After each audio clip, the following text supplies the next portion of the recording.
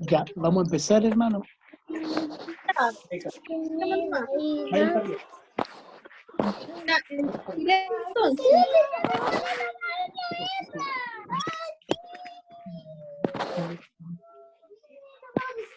Yo ya estoy.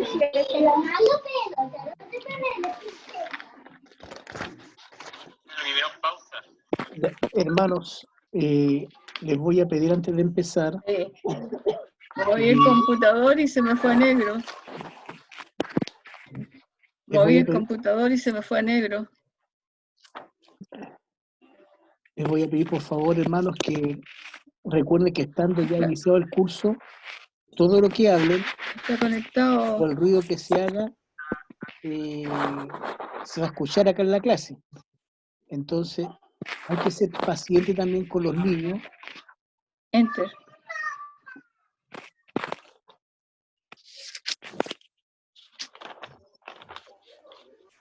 Yeah. Córtela con la hoja. Sí. Entonces, a mí no me molesta, hermanos, que de repente un niño, como los hijos de algunos, los nietos, interrumpan un poquito porque son niños. Es como en la iglesia, hay que tener paciencia con ellos. Pero los adultos tenemos que tener cuidado, silenciar, mutear el equipo, o bien procurar que sea el máximo de silencio, por el bien de todos. Vamos a empezar. A lo otro que les pido que al final no se desconecten hasta que pasemos lista. Al final, por favor, no se vayan hasta que hagamos una pequeña lista para saber quiénes estuvieron presentes. Vamos a hacer una breve oración. Inclinamos nuestros rostros, por favor. Padre nuestro que estás en los cielos, santificado sea tu nombre. Señor, bendito Dios. Señor, una vez más estamos ante tu presencia para darte gracias por la vida, por la salud. Darte gracias por este especial momento de estudiar tu palabra, Señor. Este grupo de hermanos y hermanas estamos haciendo un esfuerzo en adquirir nuevas herramientas para poder comprender mejor tu palabra. Te ruego, Señor, que nos des inteligencia, sabiduría, espíritu de discípulo y humildad, mi Señor, para poder ser buenos alumnos. Padre bueno, dirígenos por tu Espíritu Santo, danos comunión del cielo y guarda la iglesia el conquistador, en el nombre de Jesús. Amén. Así sea, Señor mío. Amén. Lo primero que vamos a hacer... Amén, Señor. Amén. ¿Dónde está mi mouse? Para salir, mira, al Excel. Tarea. Ya. Lo primero que vamos a ver hoy día, ¿están viendo la pantalla o no? Sí. Sí. Ahora vamos.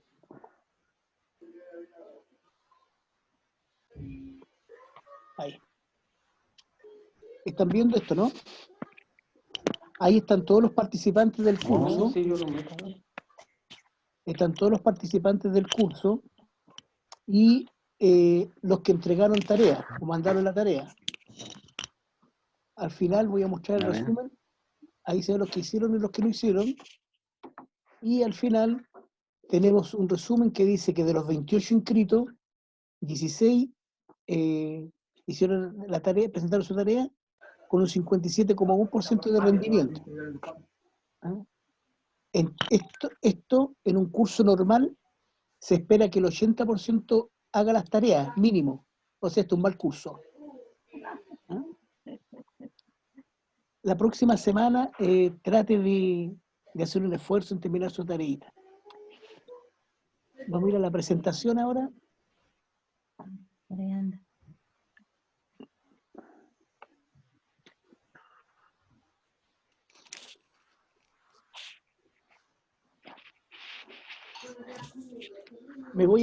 Me están escuchando, ¿no es cierto? Sí, ¿Se escucha? Ya. Sí. Referente a las tareas, primero, ¿por qué es importante que usted haga las tareas? Porque necesito saber si lo abordado en la clase realmente se entendió. Si uno revisando las tareas se da cuenta que las respuestas no dicen que usted respondió acertadamente, entonces hay que reforzar esa idea entregada. Por eso es importante la tarea. No es para poner nota, no es para saber cuánto sabe, no, es para saber si lo que usted me mandó muestra que usted asimiló la idea entregada. Le voy a pedir que no se ayude por otras personas, ni tampoco lo haga con internet. La pregunta trate de responderla con sus palabras, trate de responderla con lo que usted ha entendido de la palabra. No pida ayuda porque uno más o menos se da cuenta quién pide ayuda porque no es el desarrollo normal de las personas. Nosotros nos conocemos de toda la vida, pues, así que no haga eso. Y importante es tratar de entender bien la pregunta. Miren, mi señora siempre me reta que yo soy demasiado conciso, que soy demasiado puntual para mis cosas. No me molesta, y así lo voy a hacer ahora, no me molesta que usted haga una introducción, una conclusión, pero en un momento de la tarea, en un párrafo, tiene que abordar específicamente lo consultado. ¿Qué se preguntaba aquí? ¿Cómo se asimila, cómo se relaciona el versículo que se dio con hermenéutica? ¿Qué decía el versículo? Que Jesús había venido a revelar al Padre. Por tanto, ¿qué había hecho Jesús? Una hermenéutica de Dios. Había revelado a Dios. Eso es lo que había que en algún versículo, en algún párrafo, de alguna forma, escribir. Todo lo que escriban para adelante y para arriba aporta para la cultura general, para entretenerse, pero esta era la pregunta, esta era la respuesta de la pregunta. Si tiene dudas, si usted no entiende cuál es la pregunta, si tiene cualquier duda para la tarea, llámeme las veces que sea, con toda libertad. Por ser alguien puso por ahí, Jesús es el intérprete de Dios. ¿Se fija? Ahí hay una persona que captó muy bien la idea. Jesús es el intérprete de Dios. Eso es lo que se preguntaba. Quiero también, hermano, advertir a los alumnos que yo no acepto cohecho ni presiones. Una alumna me mandó este correo. No voy a decir el nombre porque sería feo nombrarlo aquí durante todo el curso. Pero dice, profesorcito lindo, le mando mi tarea. Como soy su esposa, merezco un 7. No se puede hacer eso, hermano. Entonces, por favor, no me traten de coimear. Ya, vamos a entrar a la clase ahora. En este curso, y a través de las siguientes láminas que vamos a ver, vamos a usar mucho el concepto exégesis y por tanto exageta. ¿Se acuerdan lo que era exégesis, no es cierto? Exégesis era extraer de la Biblia, extraer de las Escrituras la verdad de Dios, mientras que hermenéutica eran las herramientas que nos ayudaban para hacer esa extracción de la verdad de Dios. La persona que hace hermenéutica es un hermeneuta, y la persona que hace exégesis es un exageta. Por tanto, cuando hablamos de un exageta, es una persona que está haciendo exégesis, que está extrayendo la verdad de Dios de la palabra.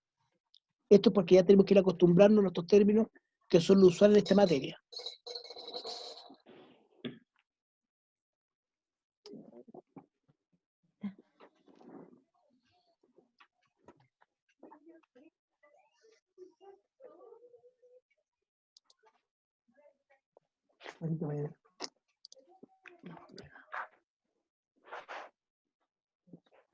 Ahí sí. Hermenéutica es la Biblia. Ya sabemos lo que es hermenéutica, sabemos lo que es exégesis, sabemos cómo se relaciona, pero ahora vamos a echar una miradita.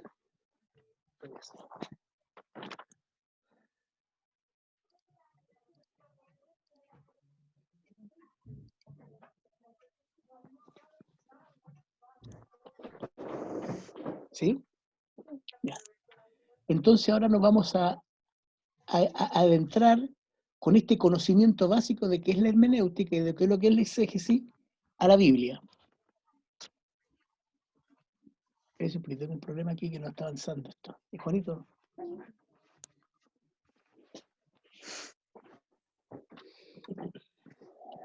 ¿No baja? Ya. Ahora, las mejores ilustraciones del concepto de hermenéutica, así como de su práctica, la hallamos en la Biblia misma.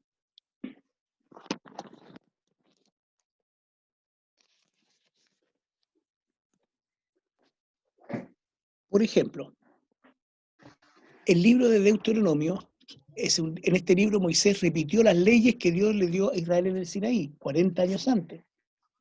Pero cuando las repitió, cambió la forma de muchas de ellas. Lo hizo sin duda para hacerlas más claras, incapaces de ser malentendidas. Lo que está pasando aquí, que el pueblo de Israel, mira, para que entendamos bien, salieron de Egipto, fueron directo al monte Sinaí, Dios les da las leyes que se escriben en el libro de Éxodo y Levítico, y luego el pueblo comienza su peregrinaje en el desierto por haber dudado de Dios, por haberle desobedecido a Dios.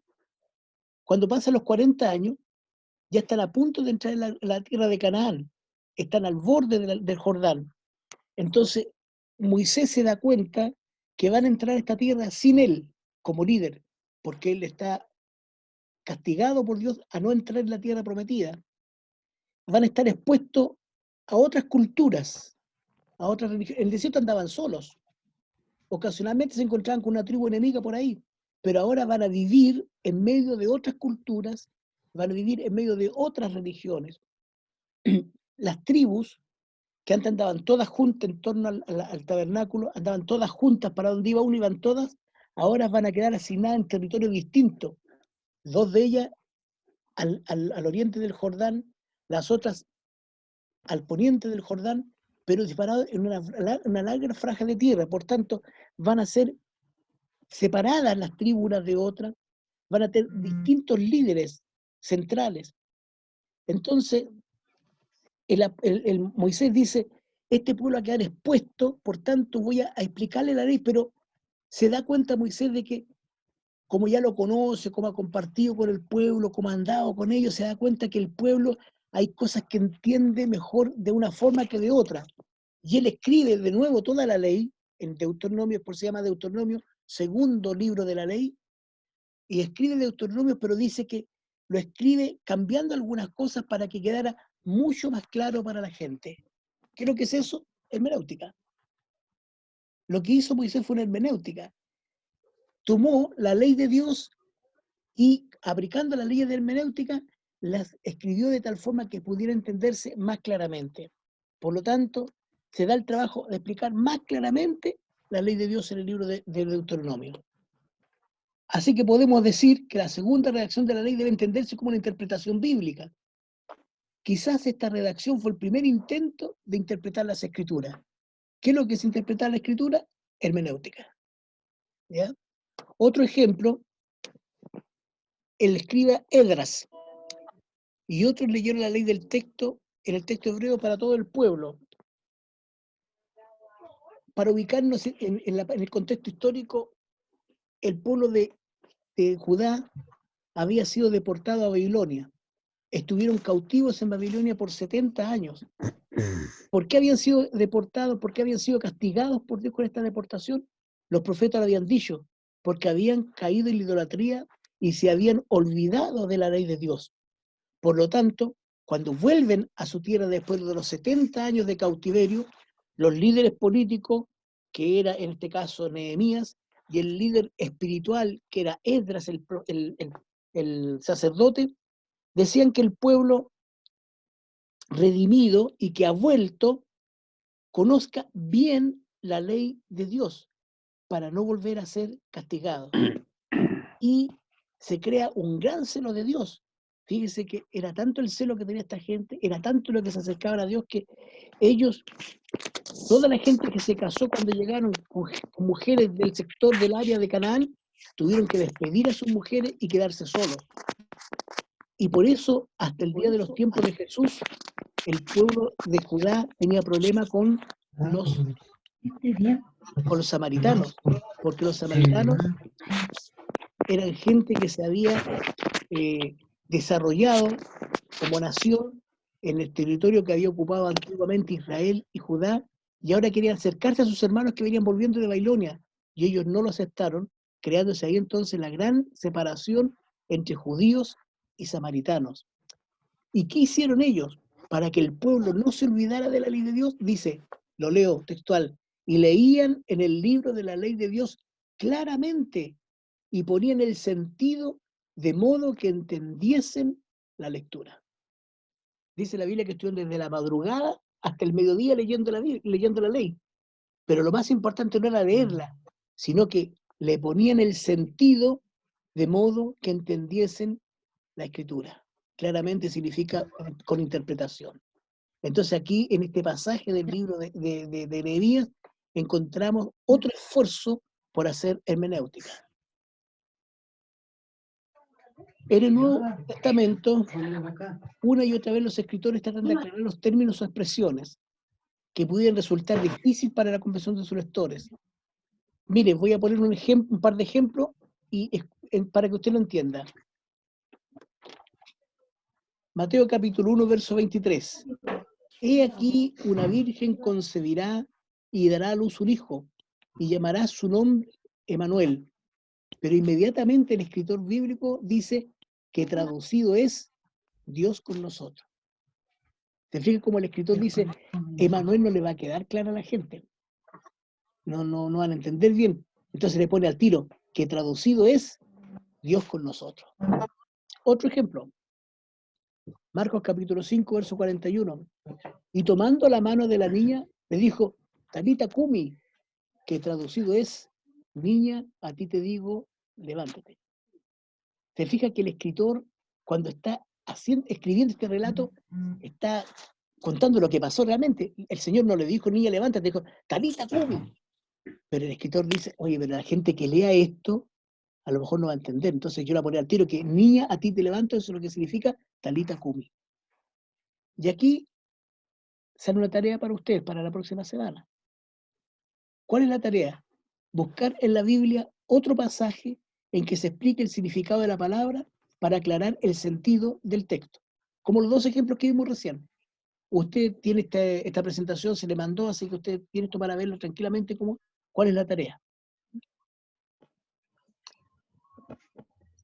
Vamos a ir ahora a entrar en un terreno un poquito más árido. ¿Mensaje de qué era? Cancelé el texto. La tarea, ¿entendieron la tarea o no? No. Hermano, No, Ay, mire el ejemplo que di.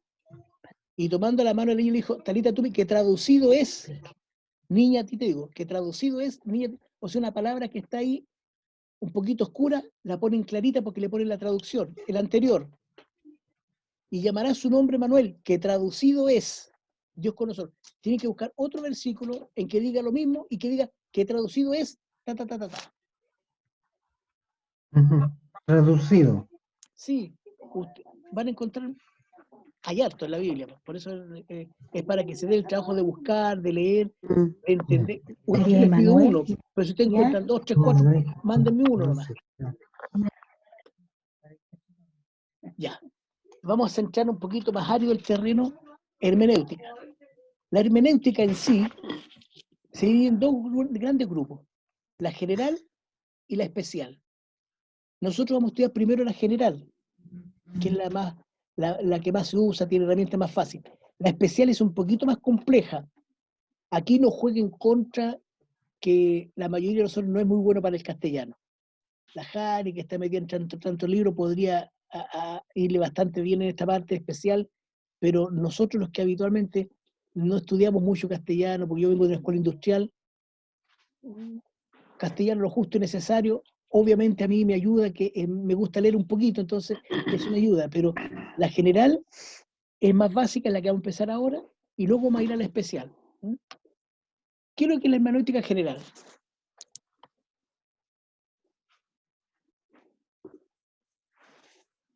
Ahí tienen ustedes la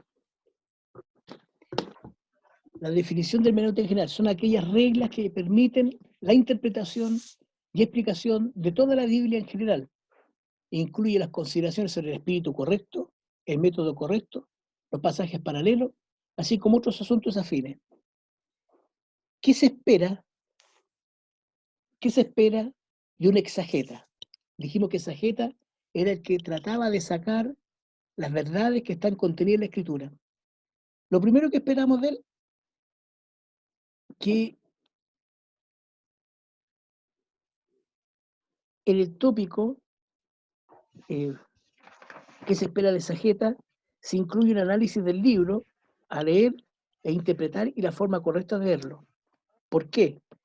Porque nosotros no estamos leyendo cualquier libro, ¿te fijas? Entonces, lo que vamos a ver ahora, se dice que, ¿qué se espera de exageta? Entonces, que incluye un análisis del libro a leer.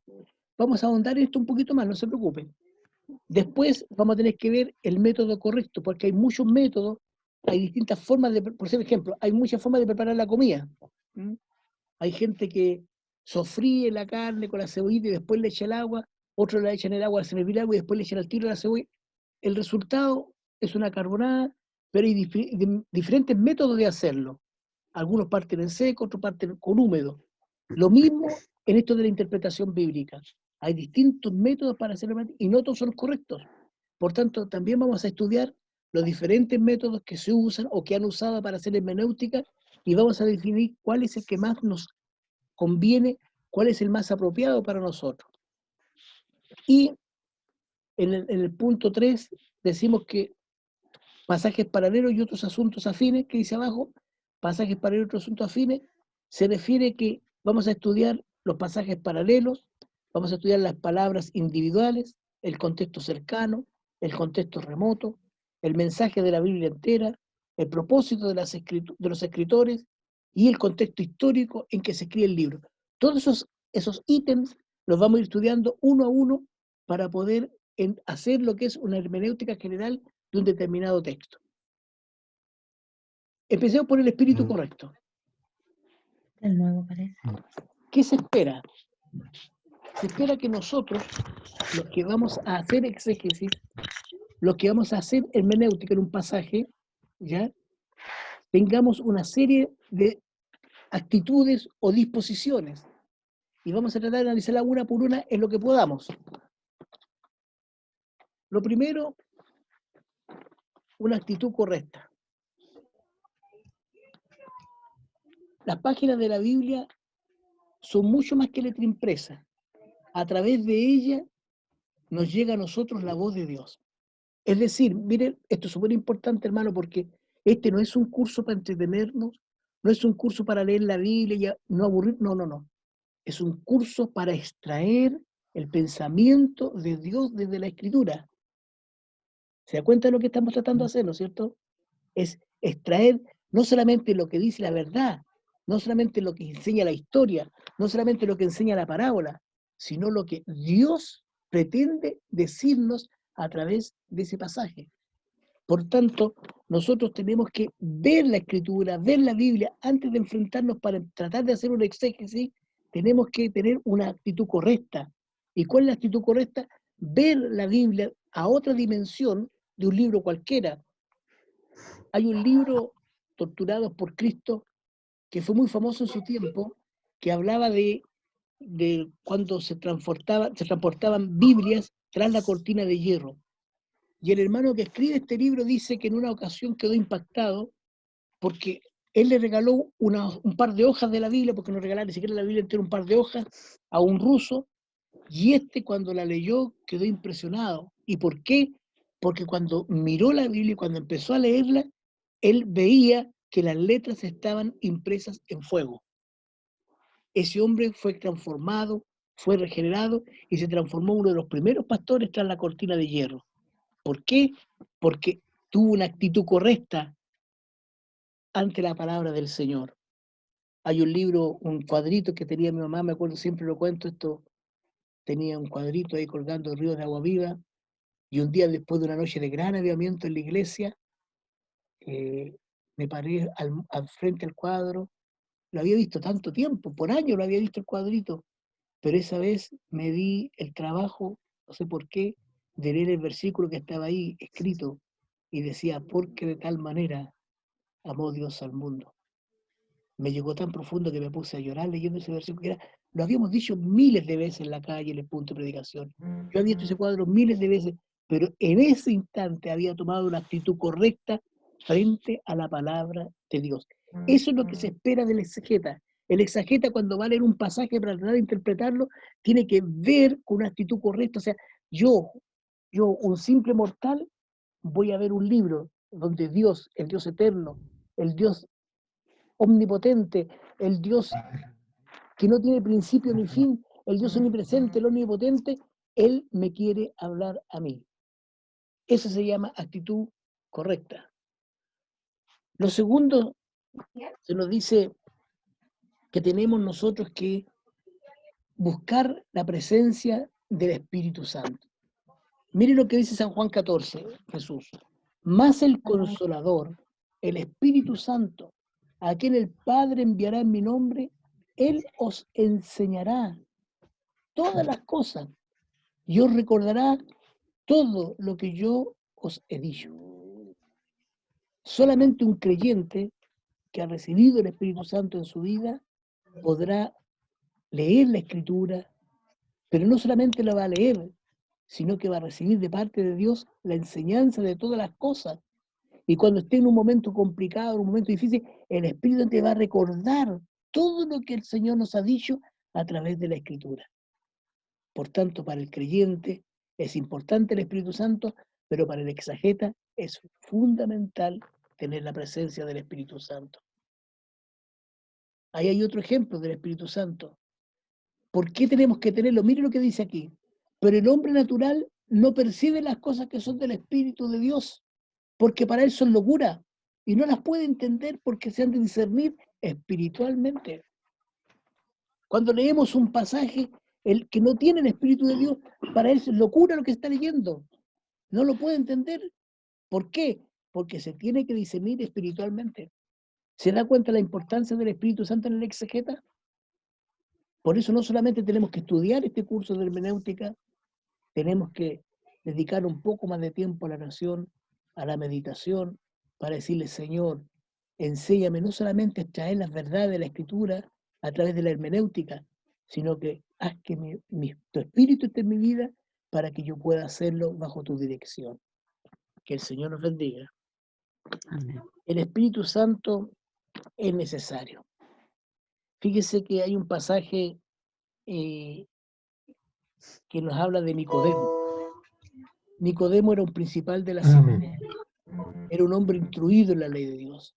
Era un hombre que conocía la ley de Dios. Pero él, cuando fue a Jesús, Jesús le dijo, mira, para que tú puedas realmente entender esto y entrar al reino de los cielos, lo que tú tienes que hacer es nacer de nuevo. ¿Y cómo se nace de nuevo? En el Espíritu. Nicodemo, a pesar de que era muy preparado, que sabía mucho, era un doctor de la ley, no estaba en condiciones de entender las cosas de Dios, porque no había nacido de nuevo. No buscamos, hermano, en este curso una fría técnica de interpretación. Solamente el creyente puede dar el verdadero significado de la Escritura, porque el mismo Espíritu Santo que inspiró realizará una obra de iluminación que le permitirá llegar a través del texto al pensamiento de Dios. ¿Me entiende usted? El Espíritu Santo inspiró a escribir la Escritura, ese mismo Espíritu Santo nos va a dar una iluminación para poder entender lo que Dios nos quería decir. ¿Qué más tenemos que tener dentro de este espíritu correcto? Espíritu de humildad. En las iglesias evangélicas, dice ahí, hay quienes se aferran a sus ideas sobre el significado de un texto bíblico, con tal seguridad, escuche bien, que ni por un momento admiten la posibilidad que otras interpretaciones sean más correctas.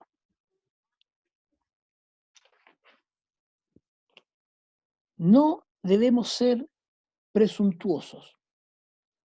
No podemos creer que lo que nosotros interpretamos de la Biblia es lo correcto.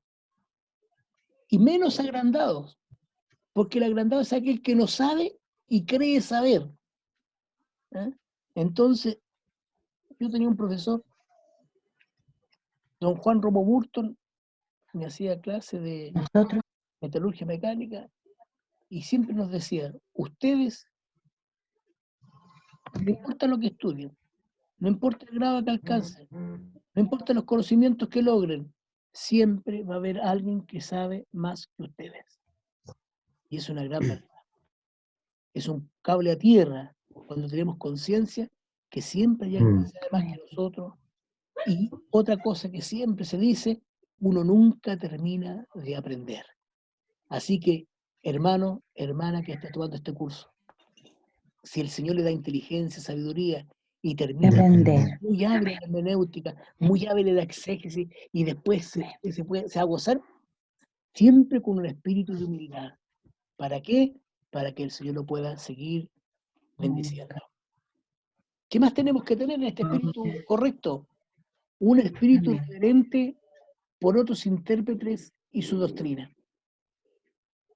Fíjense que a veces las doctrinas de otras denominaciones son el blanco de bromas, son ridiculizadas. La forma de bautizar, la interpretación de la cena del Señor, la predestinación del pecado, son objeto de burla en algunos círculos. Yo he escuchado a pastores en programas de televisión riéndose del calvinismo. El calvinismo es una doctrina que nosotros no la compartimos, porque nosotros vamos por la línea de Wesley. Tampoco lo comparten las de la línea de Lutero, pero los que son de las líneas distintas al calvinismo no pueden públicamente denostar y reírse de los hermanos que tienen una forma de creer. A nosotros, nosotros practicamos el bautismo por aspersión. También los que practican el bautismo por inmersión nos dicen de que nosotros estamos enfermos y que somos mentirosos, porque nosotros no conocemos la Escritura. Eso no es forma de referirse. Podemos conversar de la forma de bautismo, pero no podemos burlarnos de otras interpretaciones. Por tanto, hay que ser reverente por otros intérpretes y su doctrina. Incluso por aquellas doctrinas que son enemigas nuestras. Nosotros, por ser, no tenemos ninguna concordancia con los testigos de Jehová. Ninguna. Pero es correcto que le digamos del diablo. Y así se le decía antes. Ahí vienen los perros del diablo. Esa no es forma de referirse a otra persona. Por tanto, hermano, usted que está tomando este curso, tiene que empezar a adquirir un espíritu reverente por los otros intérpretes y su doctrina.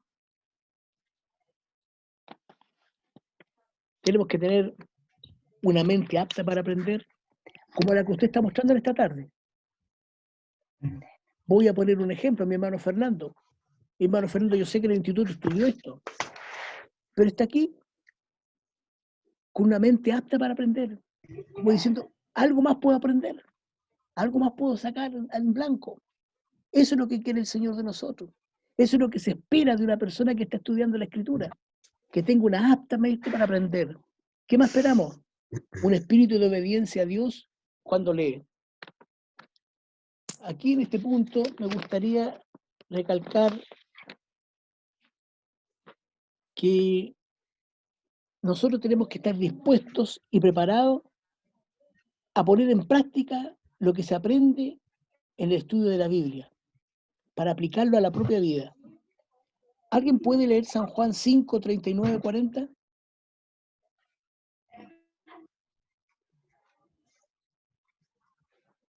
¿Tiene Biblia alguien? Existe.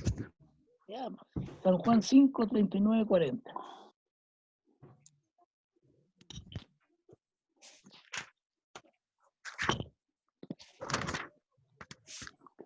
Juan 5. Juan 5. Leo nomás. Así la nomás. Juan 5, 39, 40. Escudriñad las escrituras, porque a vosotros os parece que en ellas tenéis la vida eterna, y ellas son las que dan testimonio de mí. Y no queréis venir a mí para que tengáis vida, para que tengáis vida. Algo pasó, no se escucha. ¿Escuchó? Léalo de nuevo y bien calmadito, respete la puntuación, por favor. Ya. Escudriñad las escrituras, porque a vosotros os parece que en creéis ellas tenéis la vida eterna, y ellas son las que dan testimonio de mí. ¿Y no queréis venir a mí para que tengáis vida? ¿Se fijan en este pasaje? Estamos hablando de un espíritu de obediencia a Dios cuando lee. Los fariseos, los escribas, ellos sabían muy bien lo que estaba diciendo la ley. ¿Y qué le dice el Señor? La ley da testimonio de mí. Vosotros lo sabéis, pero no queréis creer que yo he sido enviado de Dios. ¿Se fijan? Entonces, ¿qué sacaban con leer si no obedecían a lo que estaban leyendo? Eso es lo que le critica el Señor. Y eso es lo que espera el Señor de nosotros, los que queremos escudriñar la Escritura. ¿Qué quiere el Señor? Que nosotros al escudriñar tengamos un espíritu de obediencia y estar dispuestos a aplicarlo a nuestra propia vida. No aplicárselo a los demás, sino aplicarlo a nuestra propia vida. Y una actitud de oración y fe vida. cuando estudiamos las Escrituras. Mire, hermano, una de las cosas interesantes de este curso es esa. Nosotros cuando estamos estudiando un pasaje, cuando estamos por ser los hermanos predicadores, cuando estén preparando un sermón, no es sentarse a leer un pasaje y creer que ahí vamos a predicar, y no. Se trata de darle muchas vueltas, de pensarlo, de meditarlo, de orar, de poner en práctica la fe, decirle, Señor, es esta la palabra. El que lee la Escritura, el que hace una exégesis, el que hace una hermenéutica de un pasaje, tiene que tener una actitud de oración y de fe cuando estudiamos la Escritura. Acuérdense que no es un libro cualquiera, es un libro dado por Dios. El Señor nos bendiga, ¿no? Amén. Vamos a entrar a ver, Amén. nosotros deberíamos pasar ahora, de acuerdo a lo que estuvimos conversando al principio, al método correcto, ¿se acuerdan? Que era el espíritu correcto, el método correcto. Pero es necesario, a mi juicio, intercalar aquí un tópico acerca de la Biblia. ¿Por qué? Porque, ¿qué es la Escritura? Espíritu correcto.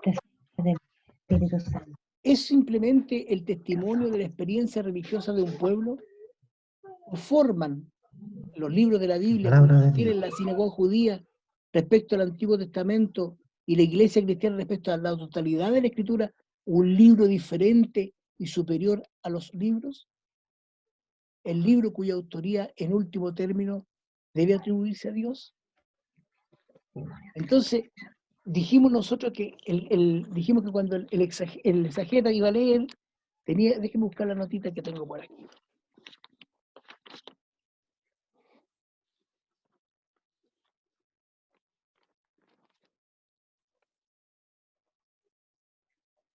Aquí. Dijimos de que el exageta tenía que hacer un análisis e interpretar, para interpretar la correcta punto de vista de la Escritura. ¿Por qué? Porque queremos ahora, en estas láminas que vienen, demostrar que no estamos frente a un libro común y corriente, sino que estamos frente a un libro especial. ¿Ya? Ahora, usted me va a decir, pero mi pastor, si todos sabemos que la Biblia es la palabra de Dios, pero porque usted diga que es la palabra de Dios, porque yo diga que es la palabra de Dios, no todos nos van a creer. Entonces lo que vamos a tratar de seguir ahora es cómo podemos nosotros, vuelvo allá, cómo podemos nosotros quedar tranquilos, nosotros como estudiantes de la Escritura, estudiantes de la Biblia, que este realmente es un libro diferente y superior a todos los libros. Podamos decir con tranquilidad, después que veamos este capítulo que viene, este libro, su autor es Dios. Esta imagen que puse ahí muestra a Moisés recibiendo de Dios las tablas de la ley. Por favor, tenga esta imagen guardada en su retina mientras conversamos la siguiente lámina.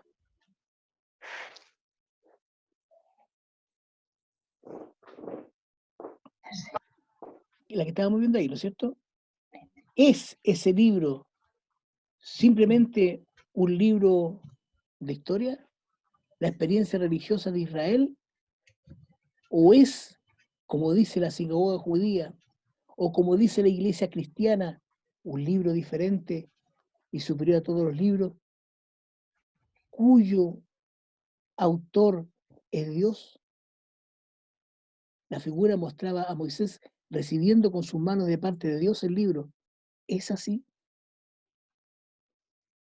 Lo primero que vamos a ver, que la Biblia se diferencia de las demás literaturas religiosas, porque hay mucha literatura religiosa, mucha, en que la Biblia se lo juega todo en la pretensión de que Dios reveló realmente en unos acontecimientos concretos, documentados y públicos. O sea, Dios se reveló, escuche la palabra, se reveló en los acontecimientos que están documentados y que son públicos en la palabra de Dios. Eso es lo que dice la Biblia. Entonces,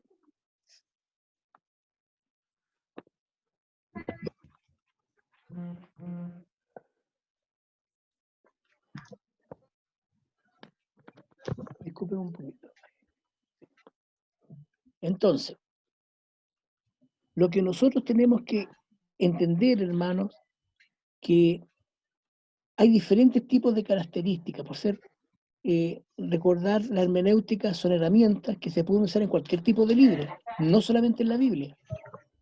Pero tenemos que tener una idea clara de las características del texto. Por ejemplo, hay textos de filosofía, hay textos de medicina, hay textos de ingeniería. Entonces, en base a eso, tenemos que preguntarnos, ¿de qué habla la palabra de Dios? ¿De qué habla la Biblia? ¿Mm? La Biblia recoge el mensaje de Dios dirigido a los hombres, de modo diverso y en distintas épocas. Y al decir testimonio propio de la Biblia, de sí mismo, nos acarrea justas críticas. Cuando nosotros decimos la Biblia es la palabra de Dios, cuando afirmamos la autoridad sin par de la Biblia, ¿es legítimo, se pregunta el escritor de este texto, es legítimo apelar al propio testimonio de la Biblia en apoyo de la afirmación? ¿Cuántas veces a usted le han dicho, oye, pero ¿por qué tú decís que la Biblia es la palabra de Dios? Porque la Biblia lo dice. Lo típico que nos dicen, sí, pero si la Biblia dice que pueden haber escrito lo que querían ahí, pues, ¿no le ha pasado a usted?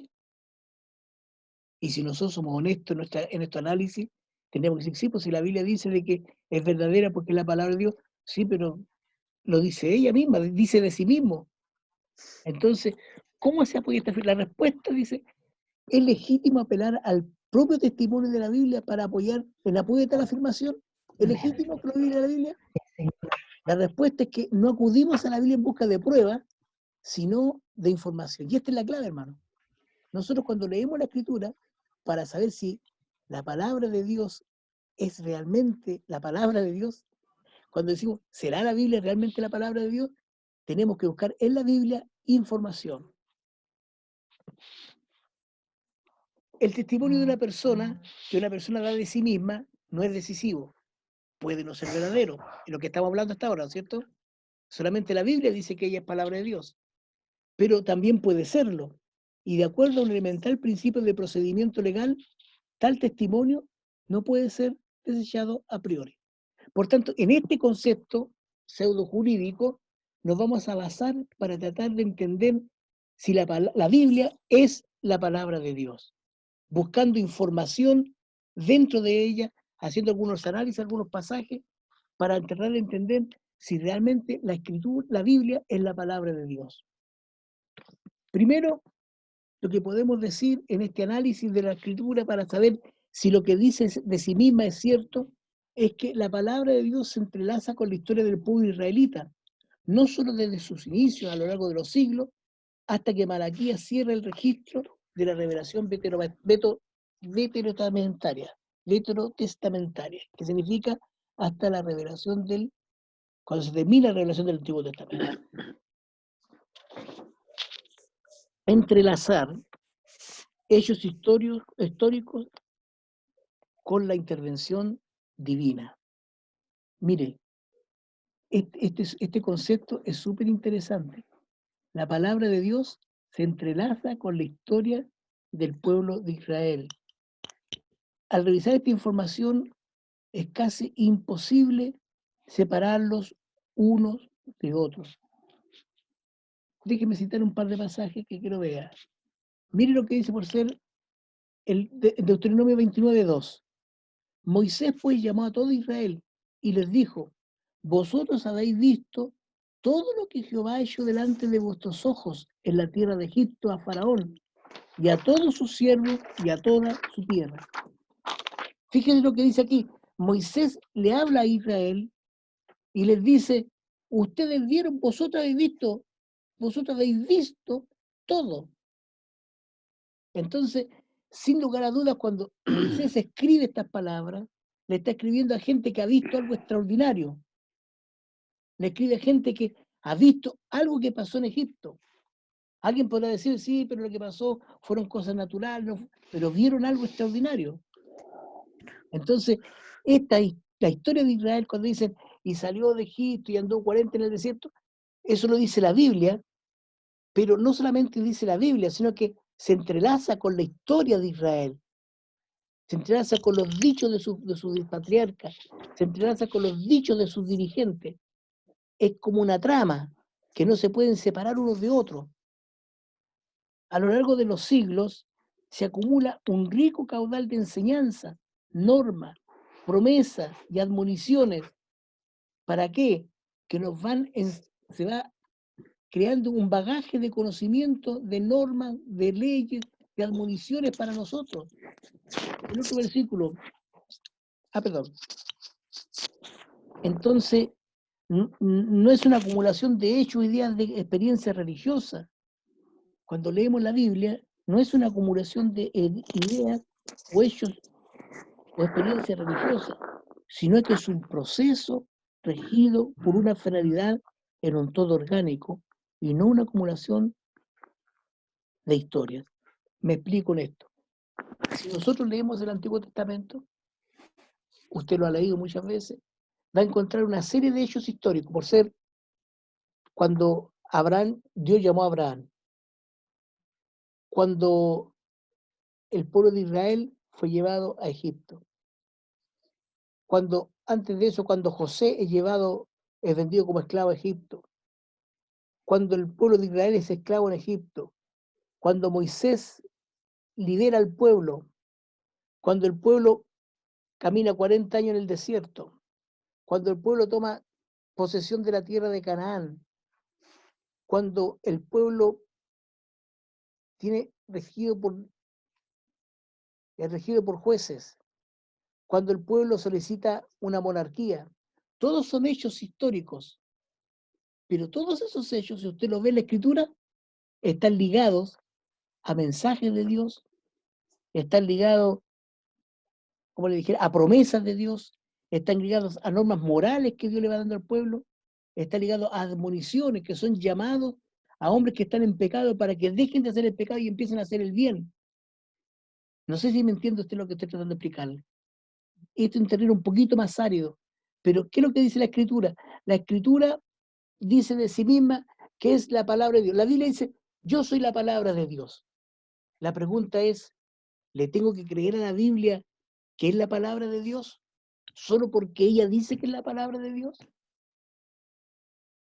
Bueno, una forma de saber si es verdad o no es mirar los hechos de Israel, ver todas las situaciones históricas, todos los momentos históricos, todas las historias que hay de Israel en el Antiguo Testamento, y va a ver que todas ellas están ligadas a reglamentos, están ligadas a admoniciones, a normas, a promesas de Dios para con su pueblo. No se pueden separar. Usted no puede contar la historia de Israel sin hablar de la palabra. Entonces los estudiosos dicen, oye, si alguien escribió un libro que fue amalgamado con las normas de Dios, que fue amalgamado con los discursos de Dios, que se entrelazó con las promesas de Dios, no se pueden separar.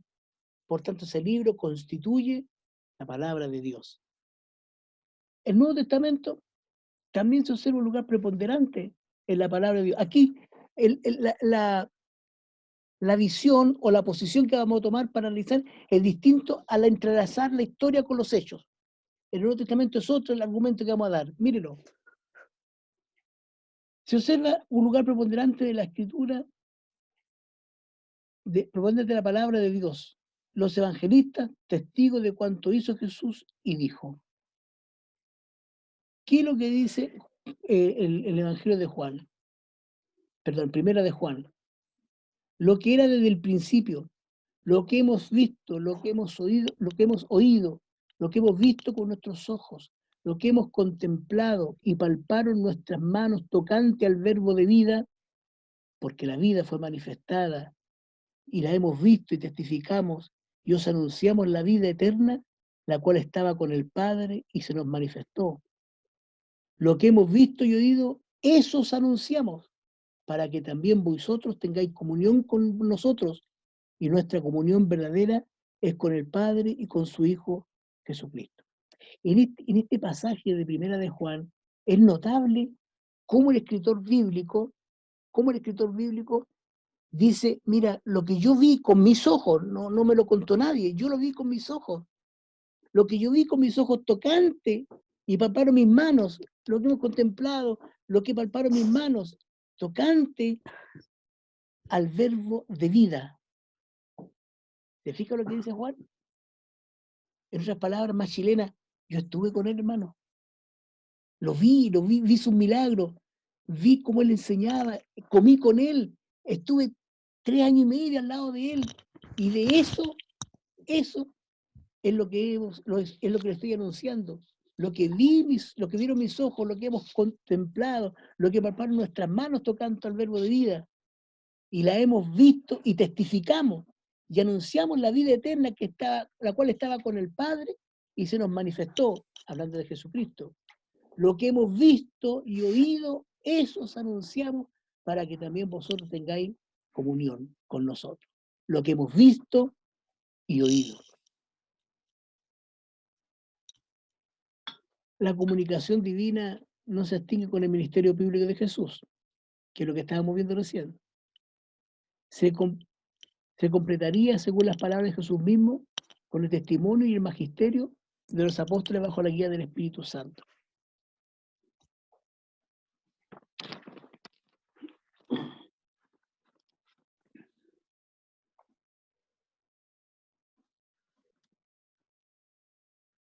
Nosotros, si analizamos a los distintos autores, podemos observar la convicción generalizada en profetas y apóstoles que eran instrumentos para comunicar el mensaje recibido de Dios. Si ellos eran campeones de la probidad, ¿no es posible entonces pensar que su testimonio es verdadero? Eso es lo que está diciendo aquí. San Juan 16. Pero cuando venga el Espíritu de verdad, Él os guiará toda verdad, porque no hablará de su propia cuenta, sino que hablará lo que oyere y os hará saber las cosas que habrán de venir. ¿Qué es lo que dice el apóstol? ¿Qué es lo que dice el apóstol Pablo? Por lo cual, también nosotros, sin cesar, damos gracias a Dios de que cuando recibiste la palabra de Dios que oíste de nosotros, la recibiste no como palabra de hombres, sino según es en verdad la palabra de Dios. Es decir, aquí a los tesalonicenses, claramente el apóstol Pablo les dice, oiga, lo que yo les he hablado a ustedes, lo que yo les he enseñado a ustedes, lo que yo les he dicho a ustedes, no es palabra de hombre. Según en verdad es la palabra de Dios. Otro ejemplo, Apocalipsis 1, Juan, ¿qué dice?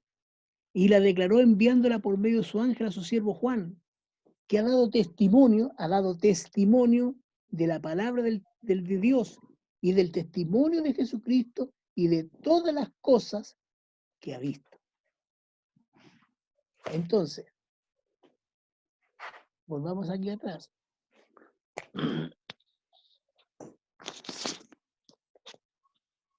Aquí. En el Antiguo Testamento, cuando nosotros lo analizamos el Antiguo Testamento, porque la pregunta que nos estamos haciendo, para que nos quede claro, para no perder el hilo, la pregunta es, la Biblia dice que es el libro de Dios, que fue dado por Dios. yo puedo preguntarme, cualquiera puede preguntarme y decirme, pero ¿de dónde sacas eso? La Biblia lo dice. Ya, pero la Biblia dice de sí mismo que es un libro de Dios. Pero ¿por qué le tengo que creer a la Biblia? Entonces, el argumento para el Antiguo Testamento es, mira, el Antiguo Testamento está compuesto de muchas historias, muchas vivencias, muchos momentos vividos por Israel, en su peregrinaje, en su apogeo cuando estuvo el rey David, en su grandeza como cuando estuvo Salomón, o en la miseria cuando eran esclavos en Egipto. Y todos esos hechos históricos no tienen concordancia, no tienen valor, si no van entrelazados con los mensajes que mandó el Señor entre medio. No tienen valor si no se considera la enseñanza, el mensaje, las admoniciones, las revelaciones que iba dando Dios a través de la historia al pueblo de Israel. Por eso decimos, no, la Biblia no puede ser un libro común y corriente, no es un libro de historia, porque esa historia va entrelazada con leyes morales de Dios. El pueblo de Israel es un pueblo distinto al otro pueblo. ¿Y por qué distinto? Cuando había infanticidio, cuando se sacrificaban seres humanos, ¿por qué el pueblo de Israel no lo hacía? ¿Por qué Moloch mandaba sacrificar los niños y Israel no lo hacía? Porque Dios les había prohibido a través de estas normas que le había entregado en su peregrinaje. Los otros pueblos no se preocupaban de los pobres. ¿Y por qué Israel entonces no tenía que rastrojear hasta lo último de los campos, sino dejarlo para las viudas y para los pobres, para que lo pudieran recoger ellos? ¿De dónde sacaron esas ideas? Sino que en medio de la historia que le fue ocurriendo a Israel, Dios iba intercalando normas morales, principios de vida que fueron formando al pueblo. Y en el Nuevo Testamento, ¿qué argumento tenemos para decir que las palabras del Nuevo Testamento son verdaderas? Mire, uno bien básico. ¿Qué dijo Pablo? Lo que yo les hablo es lo que yo he aprendido. ¿Qué dice Juan en el Apocalipsis? Lo que yo he visto y oído. ¿Qué le dice Juan a la Carta Universal? Mire, todo esto yo lo he oído y todo esto que le enseño viene de parte, ellos dan testimonio. Lo oyeron de Jesucristo. Todo el mundo, evangélico o no evangélico, de la religión que sea, saben y reconocen que Pablo era un hombre muy probo, que Juan era un hombre santo. Y si ellos que eran probos, ellos que eran verdaderos, ellos que eran santos, daban este testimonio, ¿no deberíamos creerle? Y si le creemos el testimonio de ellos, ¿no debería ser cierto entonces que la Biblia es el libro de Dios? ¿Me entiende usted? Hoy día hemos analizado en este terreno un poquito más árido el testimonio propio de la Biblia. Cómo la Biblia trata de probarse a sí misma de que, no, yo soy palabra de Dios. Con ese entrelazado entre la historia de Israel y los acontecimientos y las normas morales que Dios le dio al pueblo, y en el Nuevo Testamento diciendo, mira los que dan testimonio de mí, mira los que hablan bien de mí, mira los que dicen que este libro contiene la voz de Dios. Son gente intachable, gente honesta, gente probada. Que el Señor nos ayude. Vamos a quedar hasta aquí hoy día. La próxima semana vamos a entrar a la credibilidad de la revelación. Les voy a mandar, para los que están asustados por lo que hemos conversado hoy día, les voy a mandar una hojita de un libro para que ustedes puedan leer acerca de este capítulo que hemos visto. El libro es un poquito árido, es un poquito complejo de entender, pero léalo. Con lo que hemos conversado, con los apuntes que usted ha tomado, con las láminas que yo le mandé, usted va a poder entender mejor ese pasaje. Esos son como 4 o 5 hojitas que le voy a mandar de esta parte, y las otras son de lo que vamos a tratar la próxima semana, por si quiere leerlo antes de venir a clase. Espero que no haya sido muy complejo. La verdad es que a veces, hermanos, nosotros tenemos que acostumbrarnos, como digo yo, a meternos en Honduras para poder entender algunas cosas. Que el Señor nos ayude.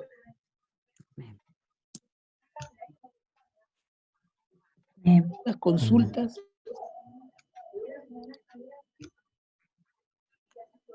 Consultas. Vamos a ver la asistencia mientras tanto.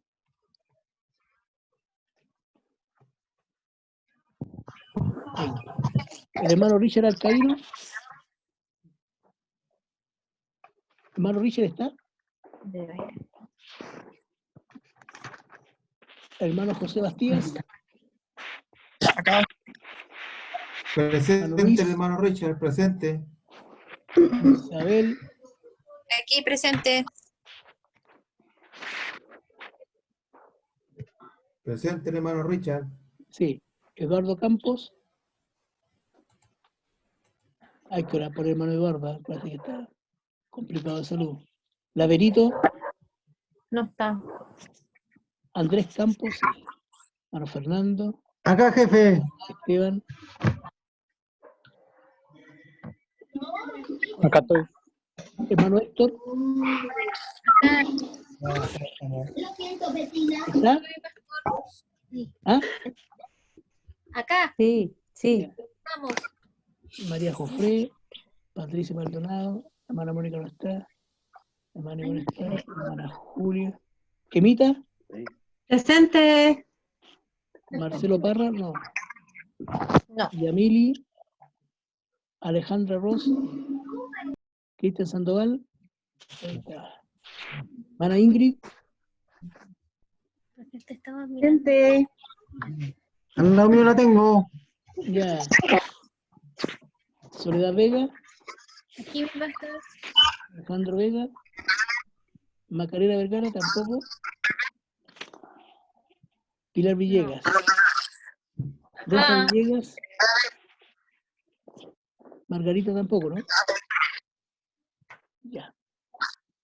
Hay 20 presentes de los 28, 71,4% de asistencia.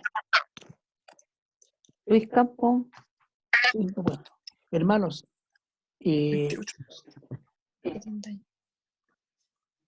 hagamos un breve resumen de lo que vimos hoy día, cortito para que nos quede en la retina. Lo primero que vimos es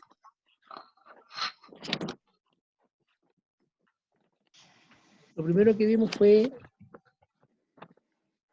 las características del exegeta. Súper importante. El espíritu correcto. ¿Qué es lo que es el espíritu correcto? Ser humilde. ¿Ah? Todas esas características que vimos, repásela usted. Espero que haya tomado nota, porque es importante tomar nota, hermano. Porque ahí le mando yo el título nomás, pero usted tome notita al lado, para que vaya adquiriendo mayor conocimiento, mayor habilidad. Y después que hablamos del espíritu correcto, dijimos que teníamos que pasar al método correcto, pero antes de ir al método correcto, dijimos de que íbamos a hacer una pasadita a la Biblia. La Biblia, primero tenemos que definir, ¿es realmente un libro especial? ¿Es realmente un libro de Dios? ¿Es tan especial? Entonces, dijimos que el Antiguo Testamento podíamos decirlo que era especial porque todas las historias que están, las vivencias que están ahí, estaban unidas, entrelazadas con las ordenanzas, con las normas, con las cosas que Dios le enseñó al pueblo. Y cuando vemos el resultado de esto con los tiempos, vemos que el pueblo era un pueblo distinto a los demás. Se apartaba de la idolatría, no practicaba el infanticidio, no practicaba ciertas cosas que eran aberrantes, por ejemplo, las prostitutas del templo, todas esas cosas, no las practicaba. ¿Y por qué no las practicaba? Porque sus historias y sus vivencias habían sido entrelazadas con estas normas que Dios le había entregado. Con respecto al Nuevo Testamento, ¿qué podemos decir? Tenemos que decir de que si los que escribieron el Nuevo Testamento eran gente tan proba, tan santa, tan intachable, y si ellos dijeron que lo que estaban diciendo y escribiendo era lo que Dios les había revelado, tenemos que creer al testimonio que da la Escritura acerca de ella misma. ¿Me entiendes? Eso es lo que queríamos aprender hoy día. Recuerde la tarea, no se complique mucho, es muy fácil, es cosa de buscar en la Escritura un pasaje donde diga por ahí la traducción, que traducido es tal cosa. Nos vemos el próximo miércoles, Dios mediante, y mañana en el servicio a las 8 de la noche.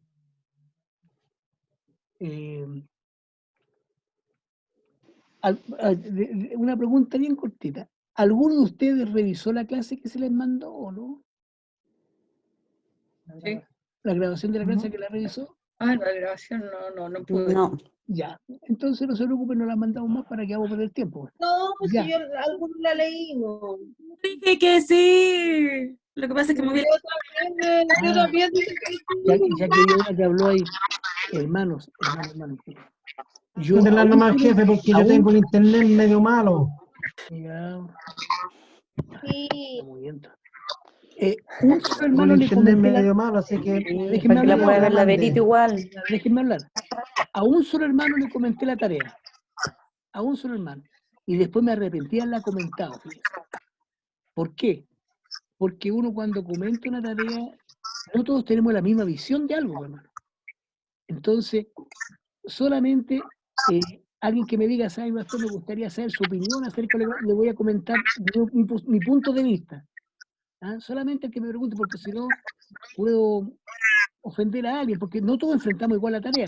Lo único que yo esperaba en esta tarea es que en algún pasaje dijera de que al venir Jesús a revelar a su Padre, estaba haciendo una hermenéutica. Eso era todo lo que... Si eso lo decía en alguna parte, está bien. Pero yo por ser... realmente hay unas tareas que son buenas. Pues, yo quisiera hacer un libro, le pescaría las tareas de usted y las pondría ahí porque me luciría. Porque le pusieron más color a algunos. Y cuando digo le pusieron color no es malo, ¿eh?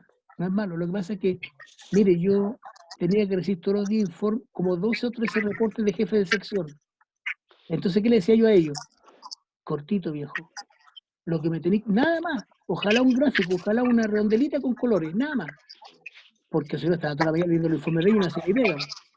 Pero aquí no, para que usted pueda explayarse, pero expláyese en temas asociados, por si alguno me pusiera una predicación apologética y no correspondía porque hablan de temas que ni siquiera están relacionados al tema. Entonces, siempre referidos al tema, siempre. En un tiempo más, si ustedes quieren y el Señor lo permite, vamos a hacer un taller de homilética. ¿Qué es lo que es eso? ¿Cómo preparamos un mensaje? ¿Cómo preparamos un sermón? Y ahí tenemos que aprender a ser conciso, preciso, a estar orientado en un tema y no andar en cualquier parte. ¿Eh? Por eso a veces nos dicen, hermano, no, un charquical lo que dijo, no se entendió nada. ¿Por qué? Porque hay mucho, queda rico, tiene mucho, pero usted no sabe lo que está comiendo. ¿Ya? Bueno, el Señor les bendiga, ¿no? Se pueden desconectar más, chiquillos, que les vaya bonito, nos vemos la próxima semana. Pastor, una consulta. ¿Sí?